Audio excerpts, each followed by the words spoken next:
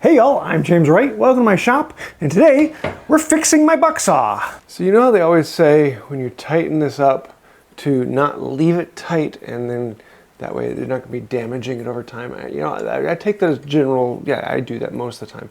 But every now and then I just forget, and I didn't think too much of it, and then I came back down the next day and found this.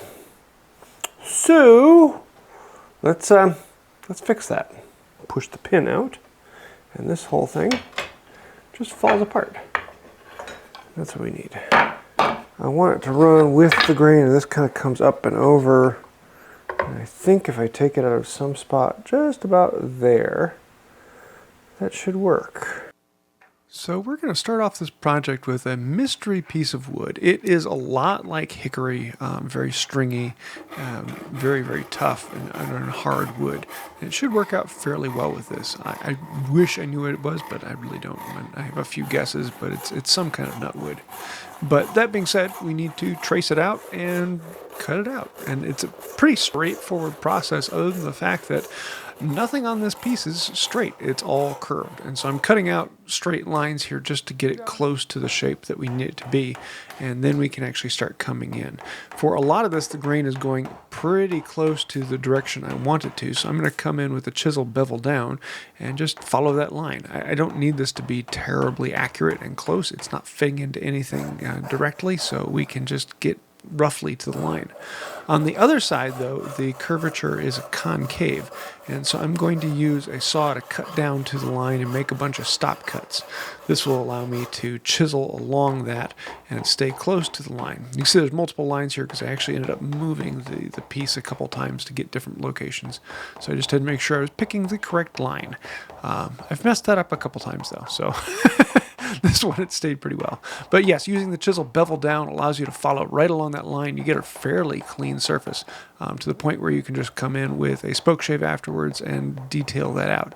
This is a very enjoyable step, and I like doing this anytime I need to do curves. Just make some stop cuts, chisel back down to it, grab a spoke shave, and smooth it out, and you get a really nice, natural curve to it. And it's not something if you want perfectly straight and clean, but if you're looking for something that has a natural flow to it and feels that way, then this is a great method to do it. You just have to make sure you're going with the grain. When you're going downhill one way, you turn around and you come from the other direction when you're going the other direction. And you're going to be flipping back and forth. For the very ends, the original one came to this odd point, and so I'm going to duplicate that on here. And then we need to flip it over and do the same thing on the other side.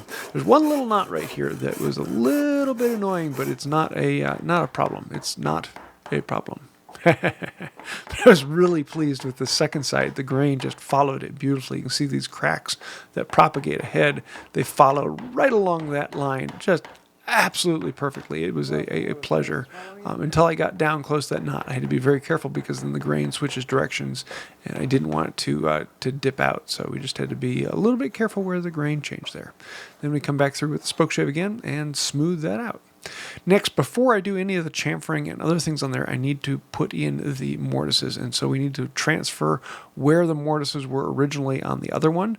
I'm not taking them off of the frame that goes between because those pieces can move around a little bit, so to get them roughly where they want, we're just going to take them off of the other piece. And I do want these mortises to be a little bit large. They shouldn't be incredibly tight. They should be just something that has a little bit of wiggle to it. That way it will slide in and out and be able to easy to take apart. Then we can come back in like a standard mortise and chisel it out. Yes, I'm chiseling in the vise, and that's because it's an odd shape. I could have kept it square and made the mortises first, but in this case, chiseling in the vise is not a problem as long as your vise can handle it, and this one definitely can. It's a twin turbo, and it holds on very, very well.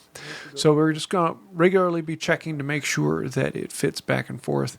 My chisel is slightly narrower than the tenon, and so I have to actually chop in, create the mortise, and then pare it out a little bit wider so that the tenon can slide in there. And I'll occasionally come back in with the tenon and just check and see how close we are.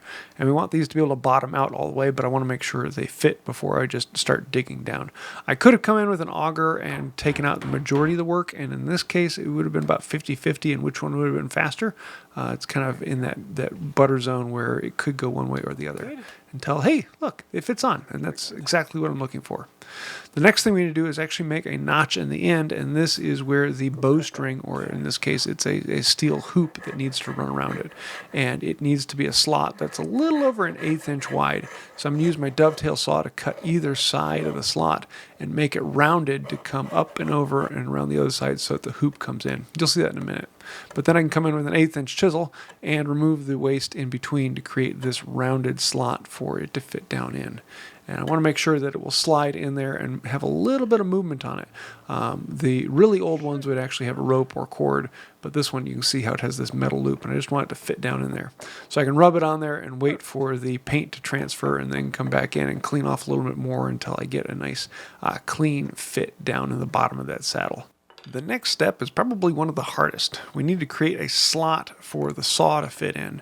And before we can do that, we need to actually create a pinhole for the pin to come through, because the saw actually fits through the plate and then gets pinned in place. So I put the original one on there and put a pin mark through it. And this let me transfer the original location to the new location. And then we can come in with a drill bit and bore out the hole in between.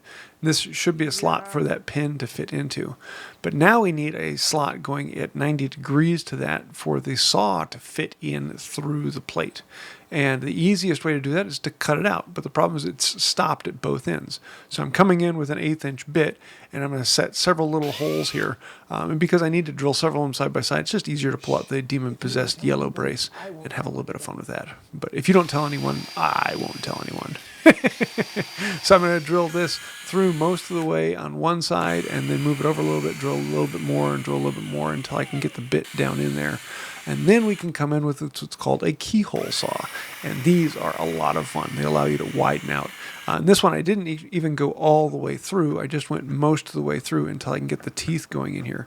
Then you can start this slot with the saw little bit by little bit. And each time you're going a little deeper and pulling out more dust and going a little deeper and pulling out more dust until it goes all the way down through. And then you can work it just like a regular saw, slicing down along this line. And it's a very, very useful tool that I've pulled out for several different projects. And in this case, it was the tool for the project. And it's always very pleasing when the plate fits into the slot on the first try. And in this case, it actually did. I was very, very happy with this. The big question, though, was will it actually fit through and then pin in place, because all of this needs to come together. The nice thing is I can actually saw this a little bit bigger if I need to move it around. But in this case, it had plenty of slop, so it fit in there nicely. I just needed to line it up with the hole and put the pin in. And this makes it pretty easy just to put the pin in first, wiggle the saw around, put a little bit of pressure on until it slides in, and just like that, that's all it needs. At this point, the saw is functionally done. We can put it all together and take it for a test drive and make sure that everything is working the way it should. And everything after this is aesthetics and fit and finish. We do need to make it a little bit more comfortable to fit in the hand. You can see how one side sticks down a little farther for your hand, your dominant hand, to control the saw from there. And then your secondary hand can either go up higher on it or on the cross member, and there's a bunch of different ways to hold it. But for most of this, I'm going to come in with the spoke shave and round off the surface. For the hands, I'm going to round that off. For the rest of it, I'm going to put a slight chamfer on and then smooth those off. I'm even going to do a little bit of sandpaper work on this one, because you can see this is a really, really stringy wood. Very, very much reminds me of hickory. Similar density and flexibility as well. So it was a very interesting wood. But I'm going to also use a set of rasps and files to do a lot of the little details on the bottom of the pommel. I liked it to have a little bit of a chamfer on there, and this rasp makes very quick work of that. And then I can come in with the file and detail that down and make it pretty. I do need to smooth off the two sides. I left those rough sawn from the mill, and I wanted to make sure everything was working on them before doing this.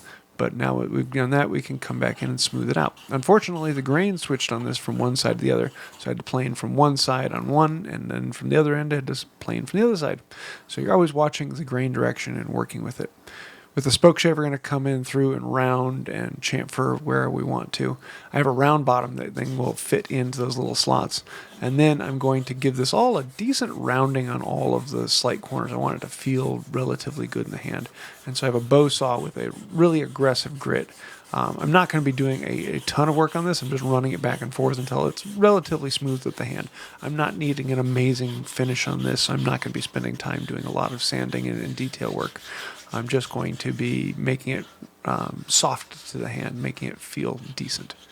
And so after probably about 2 to 3 minutes of quick sanding, then we can add some boiled linseed oil to it. And I'm going to let it soak up as much of the boiled linseed oil as it wants. And this actually soaked up a decent amount. It had been drying in my shop. I think I've had it in there for 7, 8 years. One of those scrap pieces that someday I'll work with. And I finally found a reason for it. After letting it soak in all the way, we can wipe it off, get rid of all of the excess on there, and then I'm going to apply some paste wax, which is my homemade beeswax and boiled linseed oil.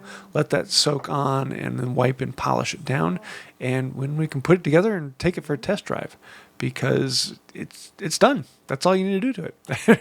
A fun little simple project, and it was one of those things that it's an organic shape that might be a little scary. If you take it step by step and do it a little bit of a time, it actually isn't that difficult at all. Just got to remember to take the pressure off. And these do need to be cranked down. You've got to turn them down tight. And so you're usually going to be grabbing a screwdriver and prying it in there. The threads on this one got a little close together, but I still need to go a little tighter. And you do need to put a lot of pressure on it for that saw to be working right. You're looking for a good pling in it. And after that, it's a functioning saw. Let's take this for a test drive. It is a rough cutting saw. It's not intended to give you a smooth finish. It's intended to cut quickly and fun and efficiently. And in this case, it was very pleasing. Ta-da! So there you have it. I actually purchased this one when I first got started. I'd probably been hand tool woodworking for like 3 days, and I saw this at a garage sale, and they wanted $5 for it, and I said yes. I brought it home, and then I only realized that this wasn't for woodworking.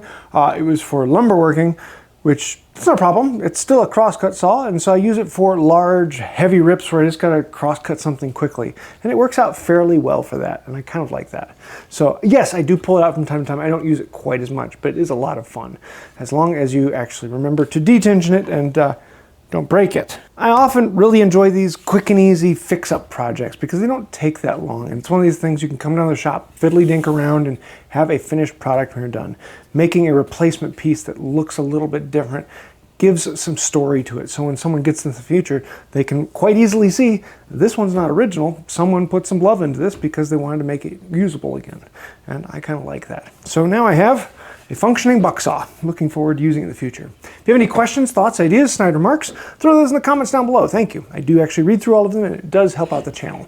As well as all the people scrolling over here. Those are some of the fantastic, wonderful, benevolent, gorgeous people over on Patreon.